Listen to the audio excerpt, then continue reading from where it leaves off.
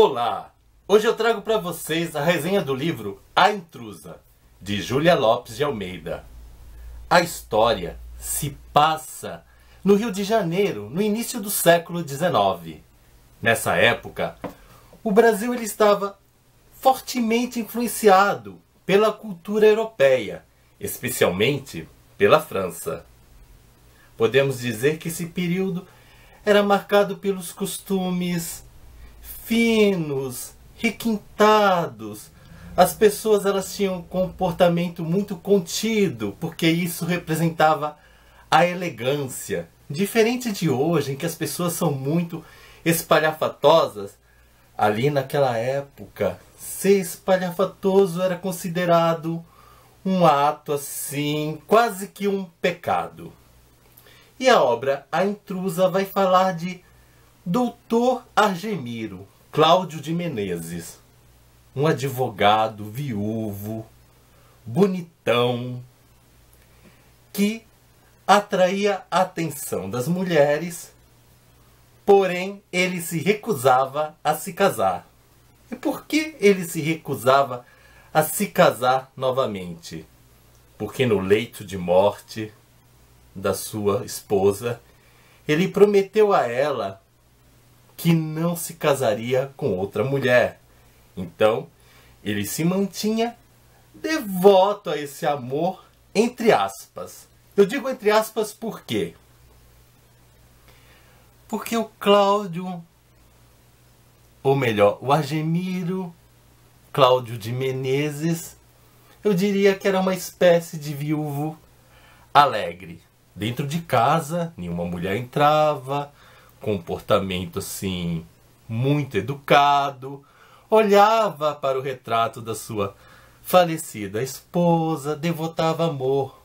Mas fora de casa, o Argemiro não negava corte à mulher do salão, nem muito menos o abraço à mulher do pecado. É assim que o livro descreve.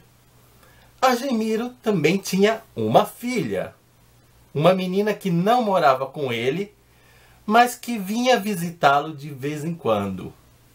O problema era que essa menina não correspondia aos hábitos da época, aqueles hábitos educados que uma moça deveria ter. A mocinha, Maria da Glória, era uma garota bem espivitada, que agia como um moleque, segundo o livro. Argemiro não estava muito feliz com isso.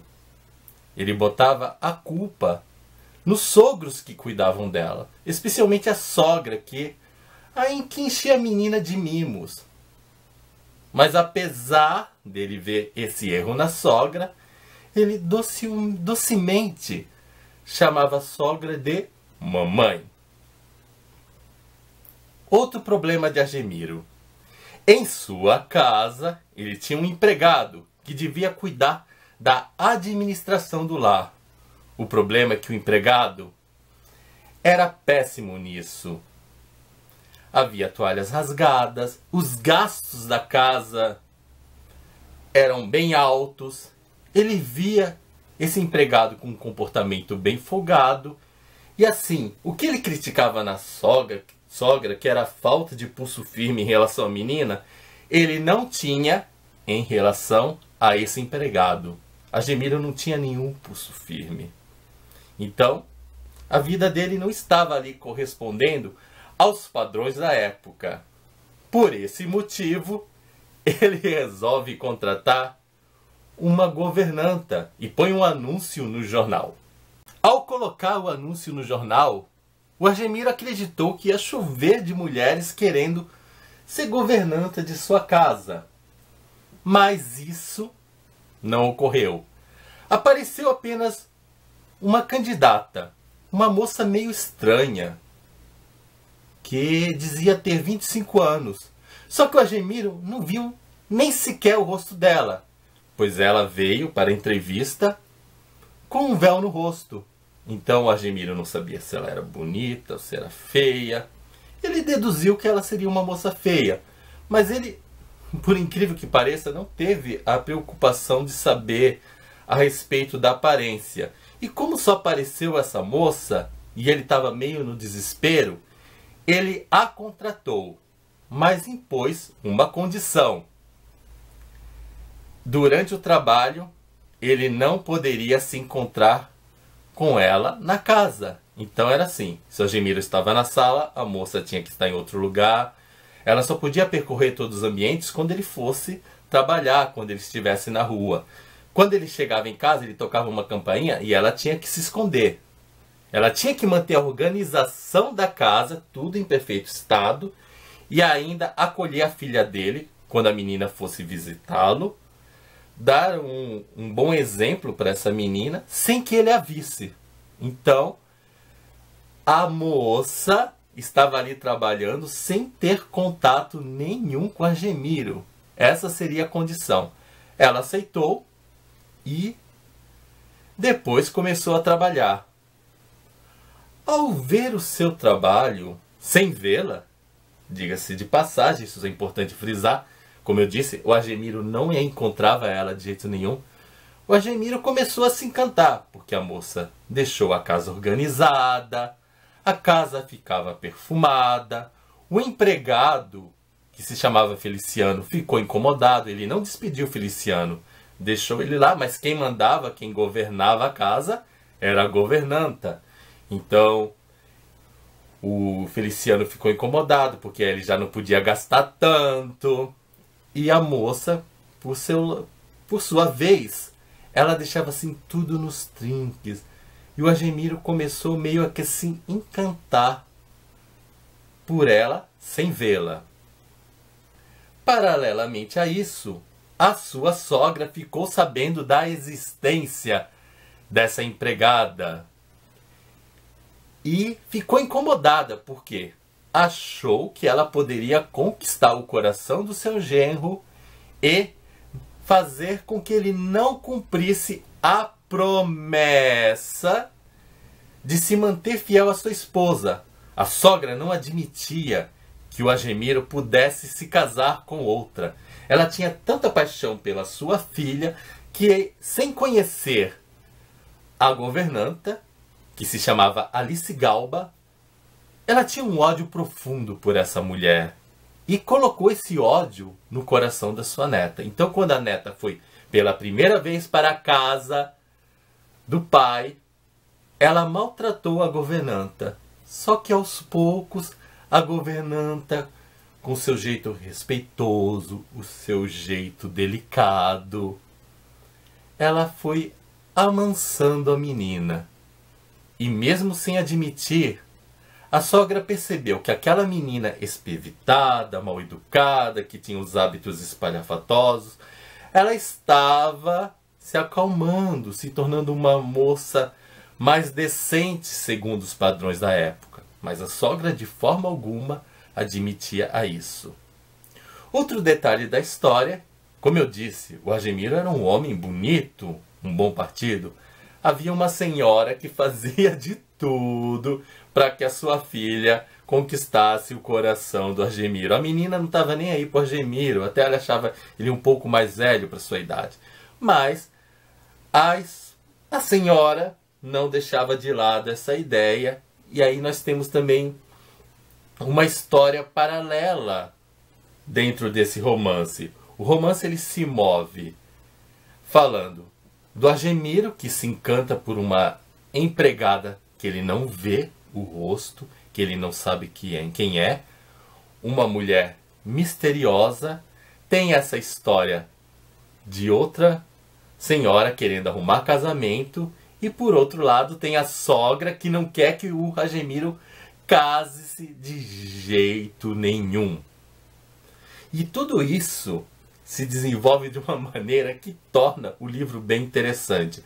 E o mais interessante é que nós não sabemos quase nada sobre a governanta, a Alice Galba, que era a intrusa da casa. Por quê? O narrador ele não nos dá detalhes sobre ela, e tudo que a gente sabe é meio através das opiniões das pessoas em relação a Alice.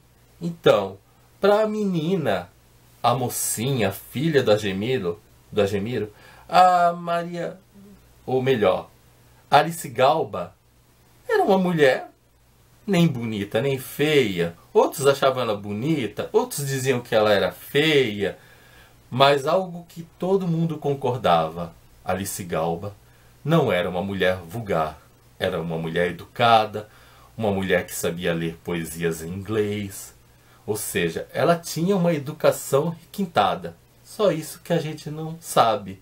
E o livro vai se movendo em torno desse mistério, e a gente fica aguardando descobrir quem é Alice Galba, quem é a intrusa. Eu li outras resenhas de outras pessoas reclamando que a Alice ela é descrita sem profundidade, que ela é uma personagem rasa. Mas eu acho que eles não compreenderam. A função da Alice é realmente ser descrita de forma rasa, porque ela é o mistério do livro. Quem é Alice Galba é isso. E por que que o homem se apaixona? Por que que o Argemiro ele começa a ter uma espécie de paixão por ela sem conhecer, sem saber se ela é bonita ou não? É isso que realmente nos apaixona. Com o decorrer da trama, a sogra, totalmente insatisfeita, resolve ir até morar com Argemiro para destruir o romance, que ainda não havia acontecido, diga-se de passagem, e nós nem sabemos se iria acontecer. Ela vai tudo assim naquele medo. O Argemiro ele não pode trair a minha filha, ele tem que se manter fiel. Essa mulher não presta, essa mulher já está conquistando a minha neta, essa mulher está fazendo com que a minha neta se esqueça de mim, a minha neta não lembra mais da mãe, a minha neta não quer mais saber de mim. Então essa sogra ela é terrível. E fora isso, a Alice Galba vai sofrendo outros tipos de injustiça que eu não vou falar para não estragar a surpresa de leitura de vocês. E sobre o resto da trama, eu não vou dizer mais nada. Só posso lhes dizer que o livro ele é fabuloso, ele coloca uma aura de mistério bem legal pra gente, ele me agradou muito. Eu só achei que o final do livro foi um pouco corrido. Então eu diria assim, foi um livro que se desenvolveu de forma espetacular, mas o final ele foi um pouco estragado pela falta de mais palavras. É meio que a autora deu um salto e chegou lá no final sem dar muitas explicações de como o final acontece. Então eu senti uma espécie de lacuna. Tirando esse problema, é um livro que eu recomendo e por isso eu dou 4 estrelas para essa obra. E se vocês quiserem adquirir esse livro, que eu acho que vale a pena mesmo, apesar desse final corrido, porque toda a trama se desenvolve de maneira magnífica, no link desse vídeo, ou melhor, na descrição desse vídeo, há o link de compra. Então, é isso. Espero que vocês tenham gostado. Não se esqueçam de dar o seu joinha, nem que seja por caridade. Afinal, copo d'água e um joinha não se nega para ninguém. Tchau para vocês e até o nosso próximo vídeo. Tchau!